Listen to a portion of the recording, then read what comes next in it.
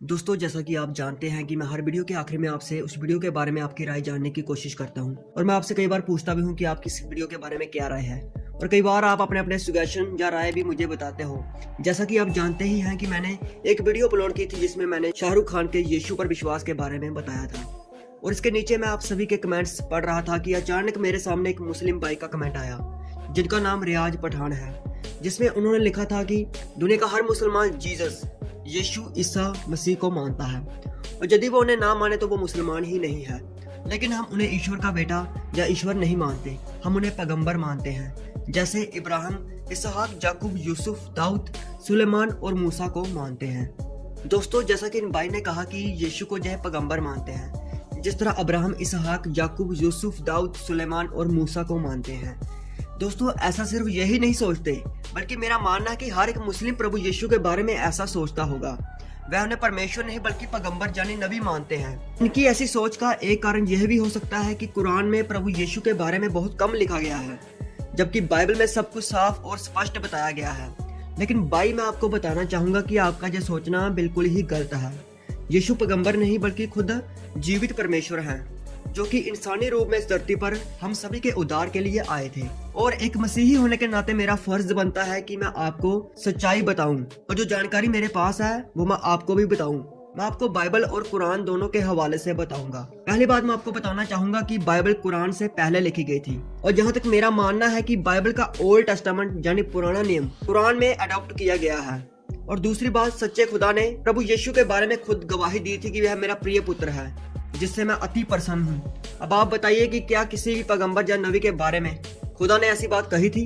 तो पहले मैं बात करता हूँ कुरान की, जो कि बताती है कि यीशु का जन्म कुंवारी मरियम से हुआ और इसका जिक्र मरियम सूरा चैप्टर 19 उसका 20 और 21 में मिलता है। इसके अलावा कुरान यीशु को रूह मिन अल्लाह यानी स्पिरिट फ्रॉम गॉड, मुसिया बिल बराका यानी द मसीहा और कलमा मिन अल्लाह यानी वर्ड ऑफ गॉड एंड रसूल बताती है। कुरान यीशु को कलमा मिन अल्लाह यानी वर्ड ऑफ गॉड बताती है और बाइबल भी यीशु को वर्ड ऑफ गॉड बताती है, जिसका जिक्र जॉन 1 चैप्टर उसकी 1 से 3 में मिलता है। अब आप मुझे बताइए कि कुरान में द बुक ऑफ तोरा में बताया गया है कि वर्ड ऑफ गॉड के द्वारा इस सृष्टि की रचना हुई और बाइबल में जेनेसिस में भी यही बात बताई गई है। अब इससे साफ स्पष्ट होता है कि यीशु ही वर्ड ऑफ गॉड है और उनके द्वारा ही संसार की रचना हुई। इससे साफ जाहिर होता है कि यीशु ईश्वर हैं यानी खुदा हैं। इसके अलावा कुरान यीशु के चमत्कारों को भी बयान करती है और हमारी तरह मुस्लिम भी मानते हैं कि प्रभु यीशु का दूसरा आगमन होगा और वह एंटी क्राइस्ट का खात्मा करेंगे। अब देखो बाइबल में क्या बताया गया है। 1 कुरिन्थियोस 12:3 में जीसस इज लॉर्ड यानी यीशु परमेश्वर है। जॉन चैप्टर 14 की 6 से 9 में यीशु ने उससे कहा, मार्ग और सच्चाई और जीवन मैं ही हूँ, बिना मेरे द्वारा कोई भी पिता के पास नहीं पहुँच सकता। यदि तुमने मुझे जाना होता तो मेरे पिता को भी जानते और अब उसे जानते हो और उसे देखा भी है। जहाँ पर पिता खुदा यानी परमेश्वर को कहा गया है। फिलिपुस ने उससे कहा, हे प्रभु, पिता यानी खुदा को हमें दिखा दे, यही हमारे लिए बहुत है। यीशु ने उससे कहा, हे फिलिपुस, मैं इतने दिन से तुम्हारे साथ हूँ और क्या तू मुझे नहीं जानता? जिसने मुझे देखा है उसने पिता को देखा है। तू क्यों कहता है कि पिता को हमें दिखा? यहाँ प्रभु यीशु ने बहुत स्पष्ट रूप से कहा, जिसने मुझे देखा है उसने पिता को देखा है।